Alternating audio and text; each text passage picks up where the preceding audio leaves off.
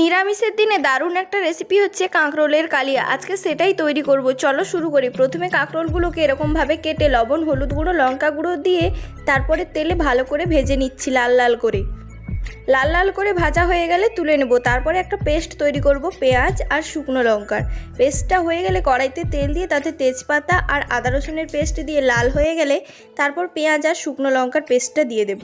তারপরে ওটাও লাল হয়ে গেলে লবণ, হলুদ গুঁড়ো, লঙ্কা গুঁড়ো আর জিরে ধনের পেস্ট দিয়ে অল্প জল দিয়ে মশলাটাকে একটু কষিয়ে নেব যতক্ষণ না মশলা থেকে তেল ছাড়ে।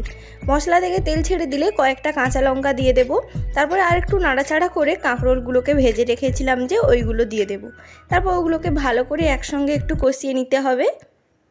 কষানো হয়ে গেলে কিন্তু জল দিয়ে দেব। জল দিয়ে ঢাকনা দিয়ে কিছু সময় রান্না করে নিলেই কিন্তু কাঁকরোলের কালিয়া একদম রেডি। নিরামিষের দিনে দারুণ রেসিপি। ভিডিওটি ভালো লাগলে অবশ্যই চ্যানেলটি সাবস্ক্রাইব করে দিও। দেখা হচ্ছে নেক্সট ভিডিওতে। বাই।